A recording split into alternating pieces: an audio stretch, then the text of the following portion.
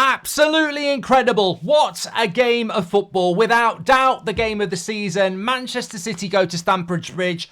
4 all, 8 goals. And look, we're mainly talking about the football. We're mainly talking about the renaissance of Chelsea. We're mainly talking about how just what we've been talking about for probably the last 18 months. Just how fascinatingly fantastic the Premier League is. It was an incredible advert for the Premier League. We got game of the game week producing game of the game week. And that's not been happening. You know, Liverpool Spurs, there was the controversy. Arsenal Newcastle last week, there was the controversy. You could even say Chelsea Spurs last Monday was controversial for all the wrong reasons. But today, I think for the right reasons, we got the game that we deserve. And this should be happening every week.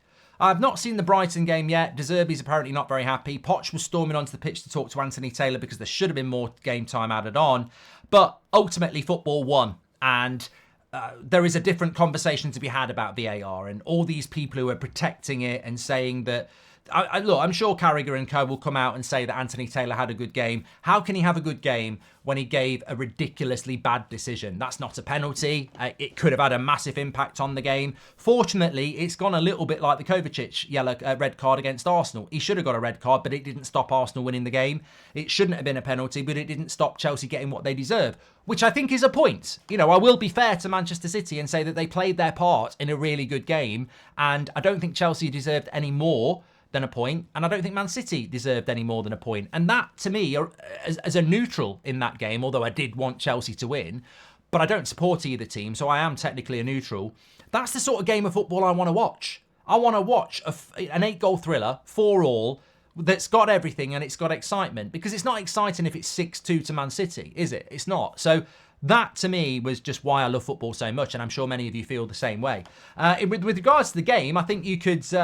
look, I think the improvement of Chelsea can be classified as this.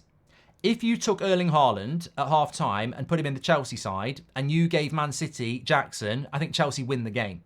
So that's how far I think Poch is getting with Chelsea, that they are really getting there. Like, they've got a good defence, they've got a good midfield, and they've got good players in and around the striker. And although Jackson has scored 4 in his last 2, his link-up play, hold-up play, and finishing, really, I think he's the bench striker. I think he's the player that comes on for the last 20 minutes. I don't think he's the starter.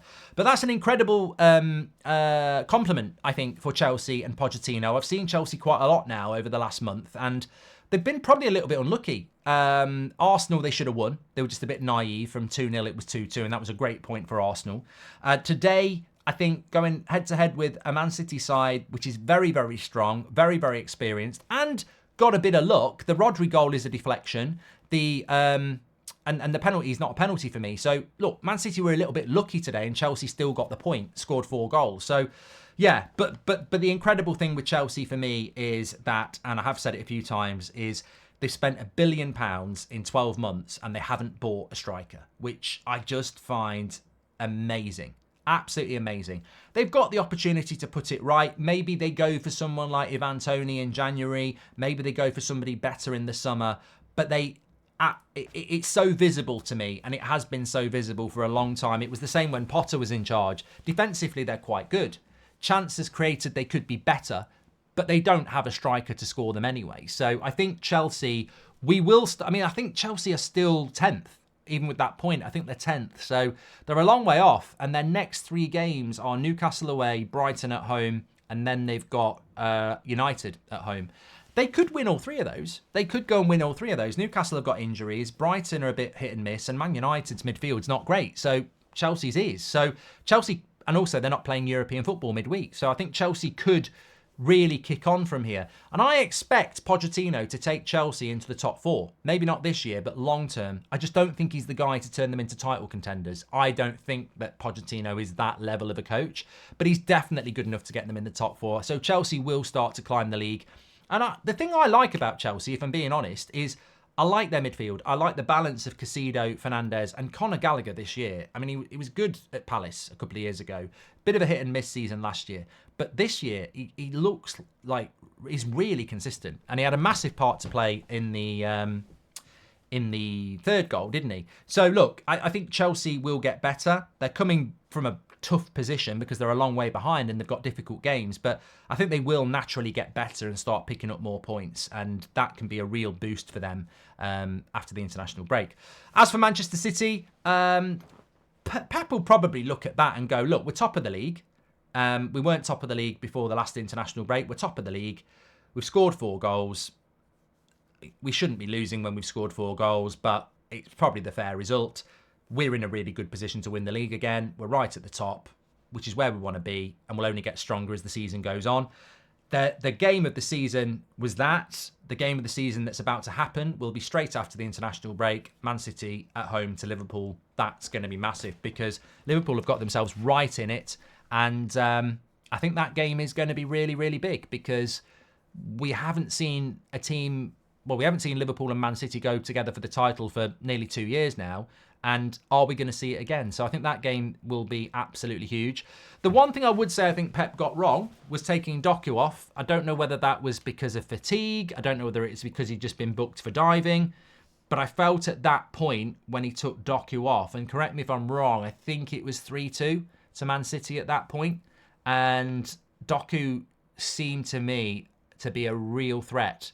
And they kept getting the ball to him in one-on-ones. And I just thought, I know he went down for a dive and he got booked, but what are the chances of him diving again or putting in a bad tackle? I just think that they lost something when Doku went off. And Grealish is a good player, but they lost that direct fear that I think that Chelsea had. So I think I would have kept Doku on for 10 more minutes and it might have been a different outcome. But obviously very, very happy that it's ended in a draw.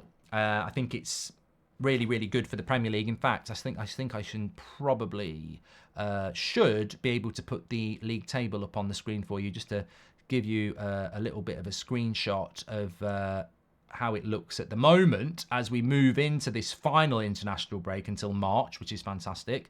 So that's how the league table looks at the moment. Man City top with 28, Liverpool 27, Arsenal 27. Spurs, I think, are going to drop a little bit now, to be honest with you. Villa, I don't think they can win the league, but they're there or thereabouts. United, look, talk about that on the United stand at 8 o'clock. I don't really think so. Newcastle, I don't really think so. Brighton, again, dropping points today. So I think it is going to be Liverpool, Arsenal, or Man City for the title. Chelsea, if I'm Chelsea, I'm looking at that table, though, and I'm going, well, we can get past West Ham, that's 9th. Brighton, I've got European football and just seem to suffer with that on the Sunday. We can get 8th. Newcastle have got injury problems. We can maybe reel them in. Man United, we've got them in a couple of weeks. We can reel them in. Villa, who knows whether they're going to start dropping like Spurs. I think Chelsea will look at that and go, it's a long season. We've played 12 out of 38, which means we've got 26 games to go. And we could really climb that table. We're not going to compete with Arsenal, Liverpool and City this year.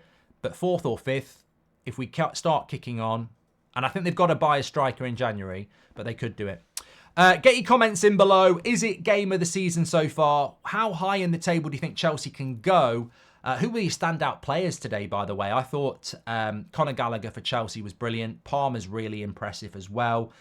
For Manchester City, I can't help but be impressed by Rodri game after game. I know it's really boring, but I thought he was strong for them. They'd probably be my 3 standout players. And we've got a bit of a title race. That Man City Liverpool game is huge. Who would you pick, Man City or Liverpool at the moment? Get in the comments. Speak to you all in a bit. Thanks for watching.